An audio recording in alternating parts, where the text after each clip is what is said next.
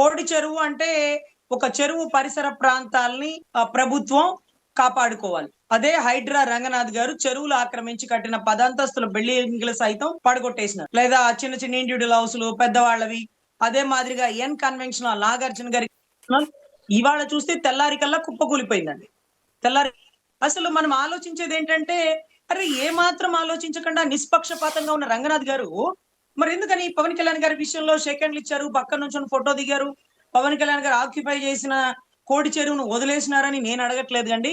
ఆ తొలి వెలుగు ఛానల్ రఘు గారు అడిగినారు. ఈ రఘు గారి గురించి ఒక విషయం చెప్పుకోవాలండి. రఘు అన్న 2019, 2021 టైంలోనండి. 2021 టైంలో మంచి కరోనా మూమెంట్ నడుస్తున్నప్పుడు కూడా సిర్పుర్కర్ కమిషన్ అని తెలంగాణలో వేసినారండి. వేసిన టైంలో ఒక రోజు మా అడ్వకేట్ గారికి యాక్సిడెంట్ అయిందండి. అది కూడా అనుమానంగా. ఈ కేసులో సాక్ష్యంగా చెప్పడానికి వచ్చిన వ్యక్తిని ఒక పోలీస్ వెహికల్ గుద్దేసి యాక్సిడెంట్ అయ్యి అతను హాస్పిటల్లో అడ్మిట్ అయి ఉన్నాడు. నోట మాట రాని పరిస్థితి. అతని స్టేట్మెంట్ రికార్డ్ చేసుకోవాల్సినటువంటి అవసరం. అంటే ఎందుకంటే సీనియర్ అడ్వకేట్ యాక్సిడెంట్ అయింది, అతని స్టేట్మెంట్ రికార్డ్ చేసుకోవాలి, లేకపోతే నోటీసులు వెళ్ళి వాళ్ళ ఊరికి ఇచ్చి రావాలి. ఈ క్లమ్జీనెస్ జరుగుతున్న టైంలో ఏదైతే గద్దర్ అన్న ఒక రోజు హైకోర్టులో నన్ను కలవడానికి వచ్చినారండి. మా సీనియర్ చెప్పారు, పలానా బిల్డింగ్ లో ఉంటది అమ్మాయి, వెళ్ళి మీరు కలవండి అన్న, మీరు సపోర్ట్ చేయండి అన్న, నేను ఇలాగ యాక్సిడెంట్ అయ్యి ఇలాగ ఉండిపోయినానన్నా అని మా సీనియర్ చెప్పగా బహుశా గద్దర్ అన్న వచ్చినారండి. వచ్చి కలిసినారు.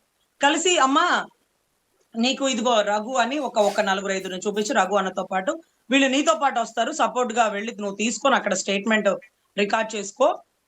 వాళ్ళు చాలా ఆయుధాలు వాడతారు, నువ్వు జాగ్రత్తగా ఉండు, ఈ వీళ్ళు నీకు సపోర్ట్ గా ఉంటారు తల్లి. నువ్వు మా దళిత బిడ్డల కోసం, మా రాష్ట్రంలో అన్యాయంగా ఎన్కౌంటర్ బారిన పడిపోయిన వాళ్ళ కోసం కష్టపడుతున్నావు, ఇది మా బాధ్యత అని ఆ రఘు అన్నని గద్దర్ అన్న గారు పరిచయం చేసినారు. అప్పుడు నేను అడిగినానండి గద్దర్ అన్నని, అన్న వాళ్ళ దగ్గర అంటే ఆయుధాలు ఉంటాయి, వాళ్ళు యాక్సిడెంట్లు చేసిన వాళ్ళు, మరి వీళ్ళ కాడ ఏం ఆయుధాలు ఉన్నాయని వీళ్ళు నాతో తోడిచి పంపిస్తున్నావు అన్న, వీళ్ళు ఎలా ప్రొటెక్ట్ చేసుకోగలరు, నన్ను ఎలా ప్రొటెక్ట్ చేస్తారు అంటే, ఒక్కొక్కడే ఒక్కొక్క ఆయుధం అమ్మా, ఒక్కొక్కడే ఒక్కొక్క మానవ బాంబు. ఏం రఘు, ఏం తెలీదా మన గురించి? ఏడబిడ్డకి మనం ఆయుధాలు పట్టుకొని పోవాలా? మనమే ఒక ఆయుధం కదా, పెన్నునే ఒక గన్నుగా వాడతాం కదా. ఒక ప్రపంచనం చేసే ఒక కవిత రాసి ఒక పాట రాసి దాన్ని గద్దరన్న పాడుతుంటే గతంలో బెల్లి లలిత గారు కూడా పాడారండి. ఇలాగే ప్రభుత్వాన్ని ఎండగట్టితే ఆమెని ముక్కలు లేసి చంపేసినారండి. అయినా సరే ఒక మనిషి చనిపోయింది కదా అని భయపడతారా? లేదండి. అంతకు మించిన గొంతుతో మళ్ళీ ఇంకొక యుద్ధ నౌక బయటకు వస్తుందండి. అలాంటి యుద్ధ నౌకలు ఎన్నో బయటకు తెచ్చిన వ్యక్తి గద్దరన్న భావజాలం కలిగిన వ్యక్తి ఈ రోజు రఘు అన్నండి. ఆ రోజు వాళ్ళిద్దరి మాటలు నేను చూస్తే నాకు ఆశ్చర్యం అనిపించింది. ఈ యుద్ధ నౌకలు ఏంటి, ఈ గన్ ఏంటి, ఈ ఒక్కొక్కరు ఒక్కొక్క మానవ బాంబులు ఏంటి, ఒక్కొక్కళ్ళు ఒక్కొక్క ఆయుధాలు ఏంటి, ఈ పదజాలాలు చాలా గొప్పగా ఒక విప్లవ భావజాలం అనిపించిందండి. అంటే నాకు అప్పుడు పరిచయం అండి రఘు అన్న, అప్పుడు పరిచయం. సో అలాంటి వ్యక్తి ఈ రోజు తెలంగాణకి సంబంధించినటువంటి ఈ ఏదైతే కోడి చెరువుకు సంబంధించి ఎవిడెంట్రీగా అఫిడవిట్ పెట్టి మ్యాప్ పెట్టి ఇదిగోండి కోడి చెరువు, ఇది నడి చెరువులో ఉంది, సర్వే నెంబర్ 706.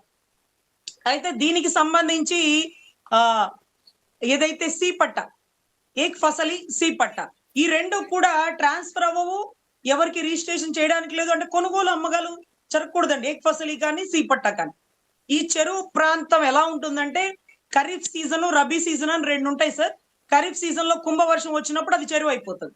రబీ సీజన్ లో మనకి వర్షం ఉండదు కాబట్టి నీరు ఇంకిపోతుంది, కాబట్టి ఆ భూమి పంటకి ఉపయోగపడుతుంది, మీరు పంట వేసుకోండి, తర్వాత మీరు ఖాళీ చేసి చెరువుగా వదిలేయాలి.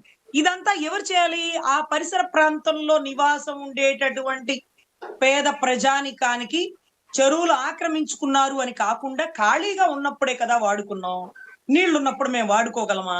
మా బతుకు తెరుగు అదే కదా, మాకు ఈ అవకాశాన్ని కల్పించండి అంటే బ్రిటిష్ వాళ్ళు ఇచ్చినటువంటి అవకాశాలండి అవన్నీ. ఇప్పుడు మనం ఆర్ఓఆర్ కానీ ఇవన్నీ అప్పటి నుంచి వచ్చినవే కదా, 1950 నుంచి, అంతకు ముందు నుంచి 1915 నుంచి వచ్చినవి. సో బిఫోర్ ఇండిపెండెన్స్ నుంచి. సో అట్లాంటి అవకాశం కల్పించిందండి. కానీ ఈ రోజు ఆ ఏక్ ఫసలి, ఆ సి పట్టా గాని, ఆ కోడి చెరువు గాని రిజిస్ట్రేషన్ ఎలా జరిగింది? అది కూడా పేదవాడికి కాదు, అది కూడా అక్కడ ఉండేటటువంటి శంకరపల్లి ఏరియా అతనికి కాదు, జనవాడ ఏరియా అతనికి కాదు, ఒక సినిమా యాక్టర్ కి.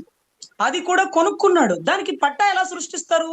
చెరువు భూమికి పట్టా ఎలా వచ్చింది? అలాంటి పట్టాలే 10 వచ్చినాయండి. అలాంటి రిజిస్ట్రేషన్లే చెరువు నుంచి 10 రిజిస్ట్రేషన్లు అయ్యాకే కొనుక్కున్న వాళ్ళు కూడా చాలా మంది ఉన్నారు. వాళ్ళ బిల్డింగ్ నే రంగనాథ్ గారు నిష్పక్షపాతంగా పడగొట్టేసినారు. రంగనాథన్ గారి గురువు గారు అన్నమాట. రంగనాథ్ గారి గురువు గారు ఎవరైతే ఆయన విద్య నేర్చుకున్నటువంటి గురువు భూమి కూడా ఇలా చెరువు భూమి అయితే నిష్పక్షపాతంగా కొట్టి పడేసినాడనే టాక్ ఉంది. అలాంటి వ్యక్తి పవన్ కళ్యాణ్ గారికి ఎందుకు వెసులుబాటు ఇచ్చారు? ఓహో! నేను శంకరపల్లి దాకా అబ్జర్వ్ చేసుకోలేదండి. నా దృష్టిలో పడలేదు. ఇప్పుడు మీరు చెప్పినారు కాబట్టి పవన్ కళ్యాణ్ అయినా నాకు ఒకటే, చిరంజీవి గారైనా ఒకటే. చెరువు భూమి ఆక్రమిస్తే హైడ్రా రంగనాథ్ వచ్చేస్తాడు, బుల్డోజర్ వచ్చేస్తుంది, కొట్టేసింది. కానీ వాళ్ళేం చెప్తున్నారు? జన సైనికులు ప్రెస్ మీట్ పెట్టి, అయ్యా అది చెరువు భూమే, అక్కడ కట్టడాలు కట్టకూడదు. కానీ మేమేం చేస్తున్నాం? వ్యవసాయం చేస్తున్నాం. దాన్ని దున్నుతున్నాము. అక్కడ ఆవుల్ని కట్టేసినాం, బాతుల్ని పెంచుకుంటున్నాం. ఆయన అక్కడ వ్యవసాయం చేసేవాడు అని అన్నారండి. అరే వ్యవసాయం కూడా నువ్వు చేయకూడదు స్వామి. ఎవరో పేద ప్రజలు చేసుకొని పంట పండించుకొని దాని మీద తినాలా? దాన్ని రిజిస్ట్రేషన్ ఎట్లా చేసినారు? ఏ ఇయర్ లో చెరువు భూమి రిజిస్ట్రేషన్ అయిపోయింది? ఇంకొకరి దగ్గర నుంచి మీకు ఎలా వచ్చింది? ఆ ఇంకొకరికి లింక్ డాక్యుమెంట్స్ లో అతనికి ఎలా వచ్చింది? ఇవన్నీ ఎవిడెంటరీగా ఉండాలండి. సో ఇక్కడ నిన్నటి రోజు రఘు అన్న వాళ్ళ టీం అంతా వెళ్ళి ఆ కోడి చెరువు దగ్గర విజువల్ తీసినారండి. అక్కడ కట్ట మైసమ్మ అంటే చెరువు కట్ట మీద ఒక కట్ట మైసమ్మ, ఒక వినాయకుడిది సంబంధించిన ఒక చిన్న గుడి లాంటిది ఏదో రాళ్లు పెట్టిన వినాయకుడిది ఉనిందండి. అరే ఇక్కడ పొలం ఏది? ఇక్కడ వ్యవసాయం ఏది? ఇక్కడ ఆవులేవి? ఇక్కడ బాతులేవి? ఇక్కడ మీ పవన్ కళ్యాణ్ గారు పండించే పంట ఏది? అరే ఖాళీగా ఉంది కదా. అదుగుదుగో ఈ ఎండాకాలంలో ఈ టైంలో కూడా అక్కడ నీళ్లు ఉన్నాయి. మరి వర్షం వస్తే కుంభ వర్షాకాలం ఇక్కడ ఎలా ఉంటది? ఈ ఫెన్సింగ్ ఎలా వేసినారు మీరు అంటూ అక్కడ పవన్ కళ్యాణ్ గారికి సంబంధించిన మేనేజర్ వచ్చినాడండి. జీబులు వేసుకొని మీరు ఎలా వీడియో తీస్తారు? ఇది మా పవన్ కళ్యాణ్ గారి భూమి అని. అరే ఎవరు ఇచ్చినారా మీకు పర్మిషన్? మీరు ఫెన్సింగ్ ఎందుకు వేసినారంటే ఇరిగేషన్ వాళ్ళు ఇచ్చారంట.